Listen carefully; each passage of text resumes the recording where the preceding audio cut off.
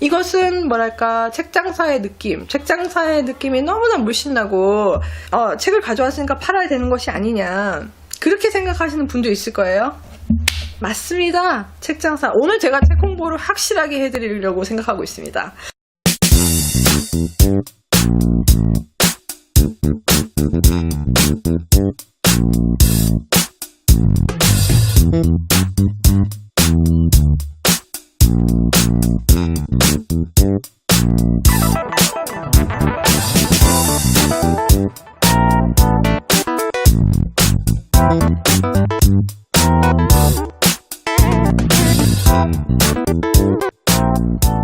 이 책으로 말씀드리자면 여러분 이 회사는 제가 사실 옛날부터 알고 있었고 그리고 이제 1권부터는 아니지만 제가 언젠가부터 정기 구독을 하고 있는 잡지이기도 해요. 근데 제가 우습게도 이 회사를 언제부터 정기 구독했느냐, 다른 회사들은 제가 출간일부터 기다리고 그 다음에 이렇게 탄생을 미리 알고 있었고 내지는 옛날부터 독자였고 늘 원래 정기 구독을 했던 사람이고 뭐 이런 식으로 해서 가지고 오는 잡지고요. 요 회사는 웃기게도 한국에 와서 제가 정기 구독을 시작한 잡지사입니다. 왜냐 이 회사는요 도쿄에 있어요. 도쿄에 있고 이 아미리스의 배경으로 말씀을 드리자면 도쿄 출판사로서는 유일하게, 그러니까 일본 출판사로서는 유일하게 영어권에 이미 진출한 출판사예요. 영어권에 처음 창간을 했을 때부터 영어권에 진출할 목적으로 1화판, 영문판 두 가지가 나오는 그런 회사입니다. 그리고 지금 트렌드에 맞게 라블리 PDF 디지털 다운로드 코드가 같이 나오는 회사예요. 근데 다른 회사들 아직까지 레이는 그렇게 하고 있지 않은데 다른 회사들도 지금 거의 그렇게 하는 데가 많죠. 요번에 온 다른 회사들 보면 폼폼 매거진이란지, 우리가 폼폼 매거진 얘기는 하지도 않았네. 비행기 타고 오고 있으니까 폼폼 매거진 오면 그때 얘기하기로 해요. 근데 이제 폼폼 매거진이라든지 이런 거 보면은 다운로드블 코드를 같이 줍니다. 이 회사도 마찬가지예요. 메인 잡지 받으신 다음에 맨 뒤에 보시면 여기에 조그만 종이가 이렇게 인쇄돼 있어요. 여기 보이죠? 여기. 네. 요거에 코드가 찍혀 있는데 요거 라블리 회원이신 분들 라블리에다 입력하시면은 PDF 파일이 자기 라이브러리에 저장이 됩니다. 그래서 만약에 잡지는 잡지대로 보시되 원래 우리가 패턴 작업하실 때 프린트 해가지고 거기다 막 종이에다가 기록하기도 하잖아요. 뭐 틀린 거 아니면 자기 사이즈, 게이지 이런 거 다 적기도 하잖아요. 그런 거 책에다 적고 싶지 않으신 분들 많죠. 제가 이제 그렇게 해서 들고 다니거나, 책을 다 들고 다니니 무거우니까. 네, 그렇게 하기도 하는데 이제 그게 간편한 그런 시스템이에요. 근데 왜 제가 여기를 한국에 와서 정기 구독을 시작했느냐면 정기 구독을 한 거는 요거 한참 전 이슈부터 제가 정기 구독을 시작했는데 요번에 들고 왔어요. 근데 그 이유는 한국에 오니까 제가 정말 신기하다고 생각하는 몇 가지가 있어요. 한국에 오니까 우리나라는 다른 나라하고 정말 다르게 독특하다라는 생각을 했는 게, 아시아권에 있는 다른 나라들도 우리나라랑 비슷할까 하는 생각이 있어요. 그렇지 않거든요. 근데 우리나라만은 되게 유독 특이하게도 이 뜨개에 있어서 일본의 영향권의 뭐랄까 장악이라고 해야 될 것 같아요. 제가 볼 때는 일본의 뜨개가 장악하고 있는 유일한 나라가 아닐까? 뭐 그런 생각을 합니다. 왜냐면은 이렇게까지 일본 뜨개가 기반이 다 잡혀있는 나라를 보질 못했어요. 우리나라 처음에 와서 모두가 일본 뜨개의 기호를 알고 있다는 사실에 굉장히 놀랐습니다. 왜냐면은 일본 뜨개의 부호들 있잖아요. 그거는 일본만의 고유한 것이거든요. 우리나라의 이 뜨개 문화를 생각해 보자면은 일본의 지대한 영향권 속에 있었다는 거를, 네, 저 비염 있습니다. 네. 공방장님 비염 있으신 것 같아요. 네, 비염 있습니다. 이 회사, 한국 사람들은 아마 알고 계신 분들 계실 텐데, 제가 보기에 이거를 처음 제가 구독했을 때부터 딱 드리지 않은 이유는 한국 사람들에게 일본은 그닥 큰 메리트가 아니다라는 생각이 있었어요. 일본은 그렇게까지, 왜냐면 이미 우리나라 사람들은 일본 뜨개에 익숙하단 말이죠. 그래서 제가 굉장히 느긋한 마음으로 나중에 계속 미뤄왔던 회사예요. 근데 어느 순간에 제가 이제 미루지 말자라고 생각했던 계기가 있는 게 유럽의 유럽 몇몇 되게 큰 회사에 이 도서가 진출을 했어요. 근데 이제 해외에서 보자, 그 서양권에서 시각으로 보자면 우리나라랑은 다르게 일본 뜨개라는 거는 어떤 한 새로운 줄기예요. 새로운 줄기고 독보적이고 독자적인 어떤 한 줄기입니다. 왜냐하면 일본 사람들 그렇게 만들어놨어요. 시스템을 자기네들끼리. 그러니까 일본 사람들은 그런 걸 참 잘해. 자기네들끼리 상품화하는 거. 뭐 남들도 다 하고 있는 건데 지네들끼리만 그걸 만들어서 그걸 상품화해버리는. 그걸 잘해. 그래갖고 부호조차도 이제 일본만이 그게 공용어예요. 우리 뜨개 부호 있죠? 한국 사람들은 되게 익숙한데 외국 애들한테 그게 그렇게 익숙하지 않아요. 유럽식 차트 보시면 여러분들 되게 생소하게 느끼실 거예요. 유럽식 차트. 그러니까 일본 어딜 가도 뜨개인이라면 그 부호를 알고 있죠. 근데 한국에서도 참 신기하게도 그 일본 뜨개 부호를 공통으로 사용하는 거예요. 그러니까 다 알고 있다는 소리죠. 그 일본 뜨개 부호를. 그래서 일본은 우리나라의 그런 뜨개에 대해서 지대한 영향을 줬는데, 일본이 잘하는 게 뭐냐면은 일본만의 무언가를 개발한다. 근데 이게 원래 일본 거였느냐? 아니야. 원래 일본 건 아니었는데 일본에서 마냥 태어난 것 마냥 우리가 다시 한번 만들 거야. 이런 것들을 일본이 굉장히 잘해요. 그러니까 원래 일본 거는 아니었는데 일본화 하는 거죠. 일본화. 네, 그게 또 뜨개에도 있습니다. 일본은. 그래서 일본은 그 갈래를 가지고 있어요. 그래서 어떻게 보자면은 서양권 입장에서 보자면 이래요. 예전에는 그 일본 뜨개, 그러니까 Japanese knitting이라고 부르는 이것이 어떤 신선한 어떤 한 갈래가 될 수 있었어요.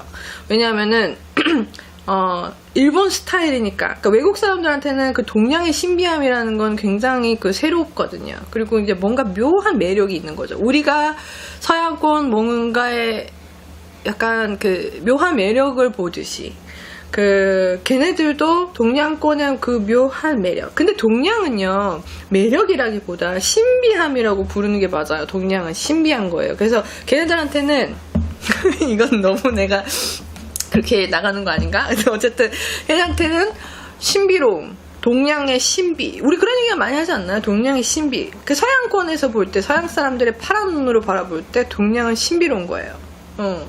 그렇기 때문에 그 문화에 대한 어떤 동경? 이런 것들이 은근히 있습니다. 그래서 그 신비로움을 체험하고자.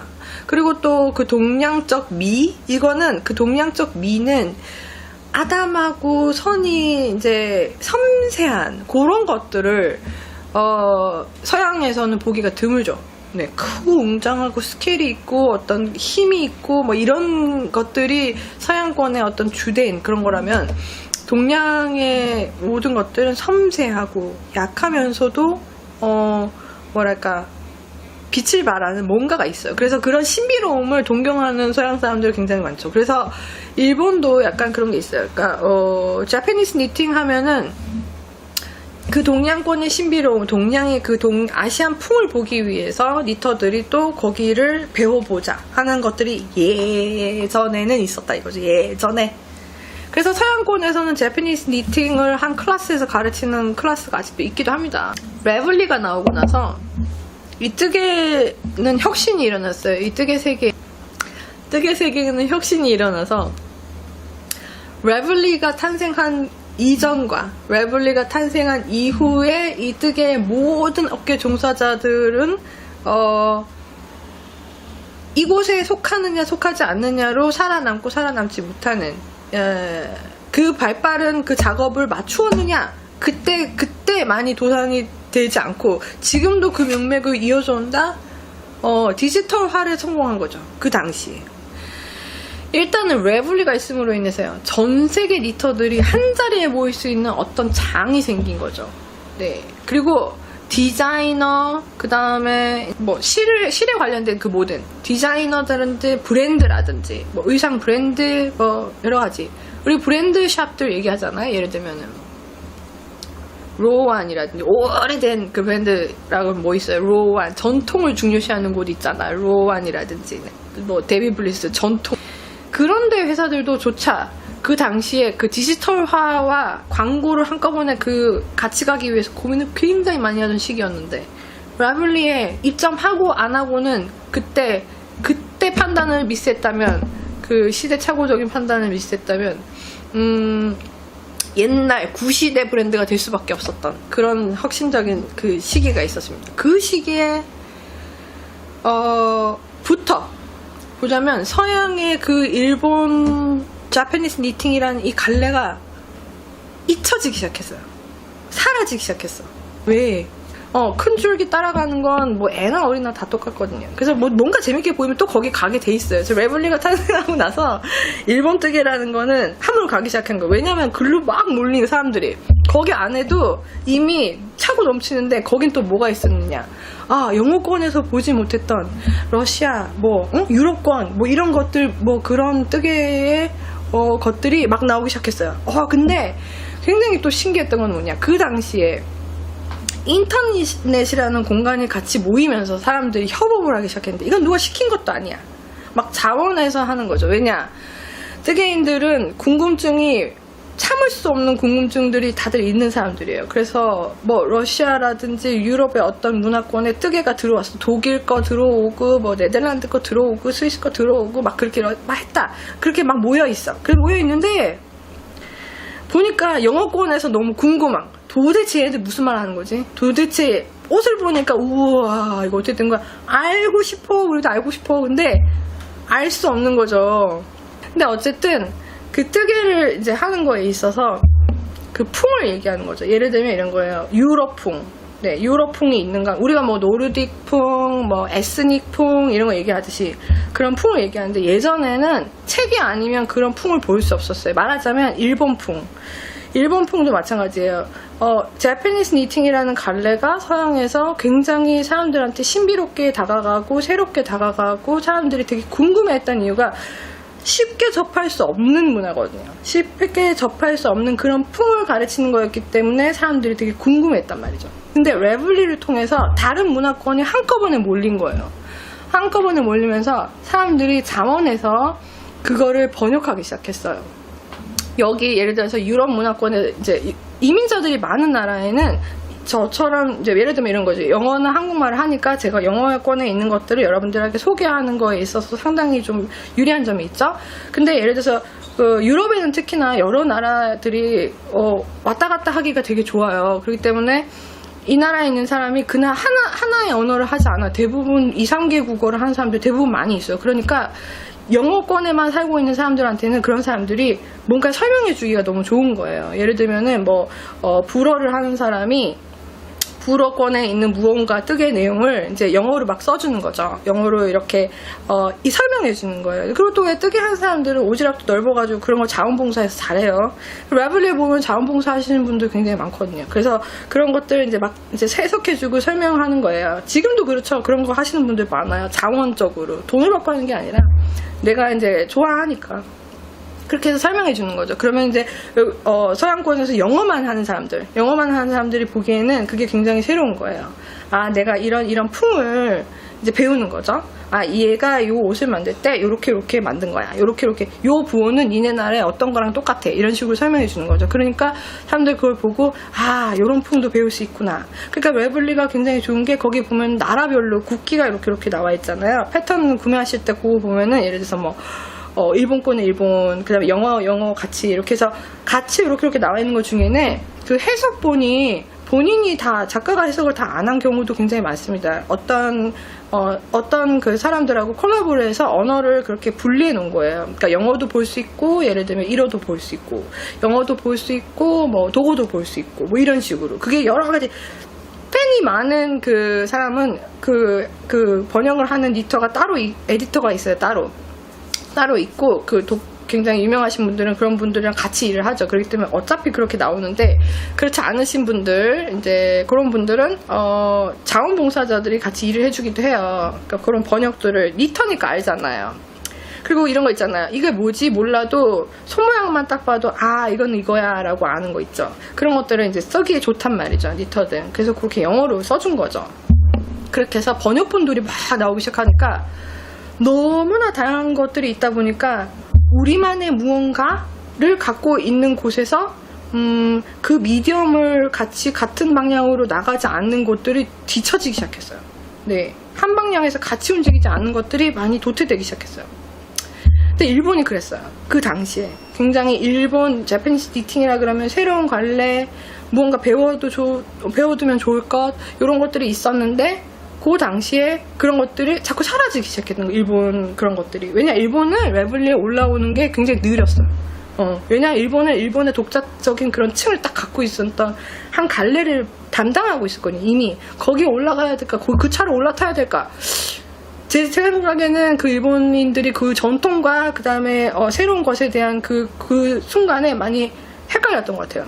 이 차를 타야 될까, 같이 동참해야 될까, 이거에서 많이 갈등했던 것 같은데, 그때 당시에 그 흐름을 보고 또 재빨리 동참하는 사람들 있죠.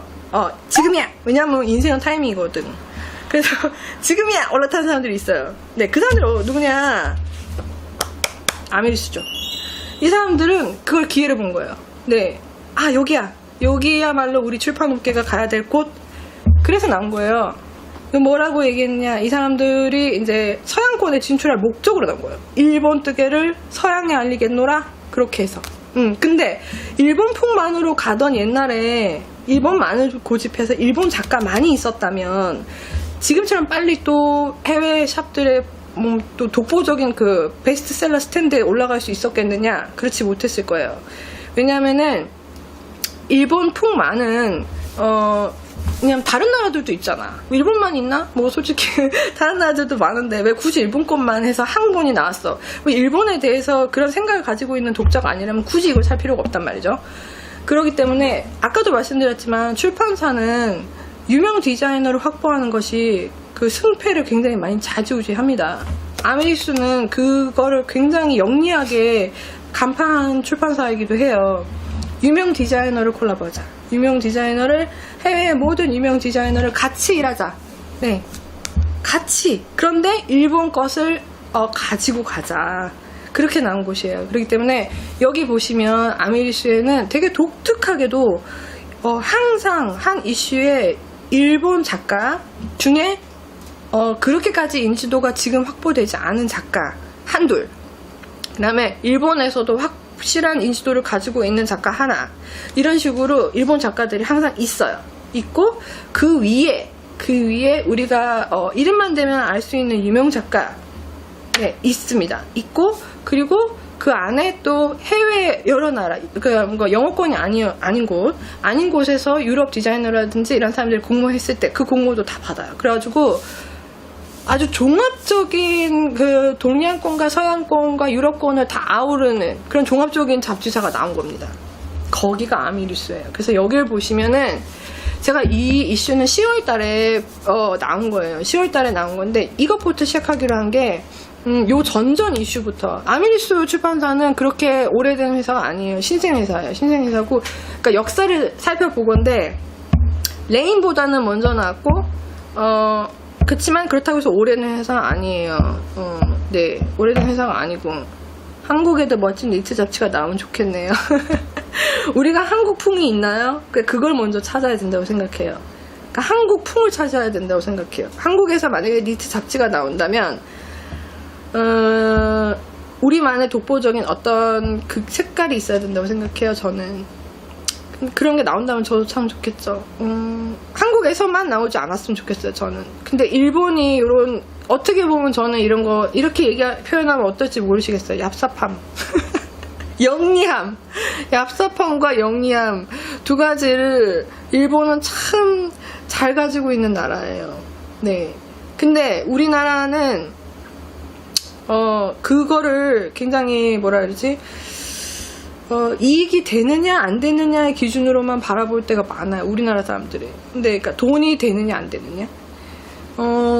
제가 볼 때는 아미리스가 나왔던 그 당시에 배경을 고려해 보건데 이 사람들도 이건 모험이었어요, 제가 보건데. 그런데도 어쨌든 그 차를 올라탔고 제일 앞장서서 나갔던 출판사이기 때문에 지금의 그 성공이 있다고 생각을 해요. 왜냐하면 유럽 그 얀숍에서 그 매대를 차지하고 있는 잡지들 보시면 레인 당연히 있고요, 로안 당연히 있고요, 보그니팅 당연히 있고요, 그리고 뭐가 있나요? 아미리스 있거든요. 지금은 유럽에 가시면 웬만한 이름난 얀숍에 가시면 아미리스가 있습니다. 그리고 이제 처음에 우리 샵에 오듯이요, 프리오더를 받느냐 안 받느냐는 굉장히 그 출판사의 영향력을 보여주는 한 그 척도가 됩니다. 프리오더를 받는다는 건 이미 독자층이 있다는 얘기거든요. 근데 아미리스는 프리오더를 받아요. 그만큼 이미 전 세계적으로 독자층을 가지고 있다는 얘기예요. 그렇기 때문에 영리한 겁니다. 영리한 거고, 저는 솔직히 말해서 한국에서 만약에 그런 멋진 니트 잡지가 나와야 된다면 어떤 그런 확실한 그 설립 창간 마인드를 가지고 가야 된다고 생각해요. 아미리스는 서양권에 진출해서 독보적인 일본의 니팅을 알리겠다는 그런 마인드를 가지고 출발했고 그걸로 성공했어요. 왜냐하면 일본 작가들을 서양에 소개하고 있는 유일한 잡지거든요. 근데 우리나라는 그런 미디엄이 있느냐? 그렇지 못해요. 근데 그거는 일본의 색깔만을 고집해서도 안 되는 일이었죠. 자세히 보시면 아미리스를 보시면 만약에 우리나라에서 어떤 출판업계, 여러분들 중에 지금 출판업계 종사하시는 분들 보신다면 예쁜 잡지가 나온다면 참 좋겠어요. 그러니까 이런 거는 뭐냐면 한국풍을 가져가되 한국풍만을 고집해서도 안 되는 거예요. 그리고 일본 사람들이 굉장히 영리하게 잘했죠. 자기의 그 일본 디자이너를 해외에 알리는 발판이 되는 뭔가 미디엄을 만들 때 본인 것만을 강조하지 않았어요. 그랬기 때문에 좀 더 자연스럽게 그 사람들한테 스밀 수 있었어요. 왜냐하면 이미 친숙한 것도 있지만 이 안에 새로운 것도 있거든요, 서양인의 눈으로 볼 때. 근데 우리가 한국 사람들은 그게 새롭지 않아요. 왜냐하면 우리 한국 사람들은 이미 일본의 그런 니팅 문화권에 익숙한 사람들이기 때문에 제가 이걸 미룬 이유도 있어요, 가져오는 거를. 왜냐하면 우리나라에는 이거 말고도 어차피 이거 자체로 된 그런 잡지들도 이미 많이 있거든요. 여기에는 일단 유럽 사람들한테도 친숙할 수 있는 유럽 디자이너도 있고, 그 다음에 우리가 잘 알고 있는 이미 팬층을 확보하고 있는 유명 디자이너들이 공모를 하는 잡지사입니다. 근데 해외에 서양권에 있는 니터의 시각으로 볼 때는 아미리스는 동양의 니터들에게 진출할 수 있는 어떤 미디엄이에요. 예를 들어서 우리가 동양권에서 한국 사람이 공모를 할 때 레인 잡지에 공모를 한다는 뜻은 유럽권에 진출한다는 뜻이에요. 근데 여러분들 만약에 디자이너가 되고자 하신다면 이런 거를 잘 생각해 보시는 게 좋을 겁니다. 왜냐면 그 출판사의 영향력도 굉장히 중요하지만요, 그 출판사에 공모를 해서 당선이 됐을 때 내가 어디 나라에 진출을 하는지도 잘 생각해 보실 필요가 있어요. 그래서 레인 같은 거는 유럽권에 진출한다는 의미고, 유럽권에 진출함과 동시에 레인은 사실 영어권에는 이미 다 나가 있는 그런 출판사죠. 그러니까 유럽을 기반으로 한 영어를 사용하는 모든 나라에 내가 내 작품을 낸다는 의미예요. 만약에 지금 아미리스 그런 똑같은 마인드로 우리가 그렇게 진출하기 위해서는 그쪽을 공략하듯이 서양 사람들이 동양을 진출하기 위해서 동양을 공략할 수 있는 유일한 수단이 지금 이겁니다. 왜냐? 아미리스를 보는 독자는 동양권에 있으니까요.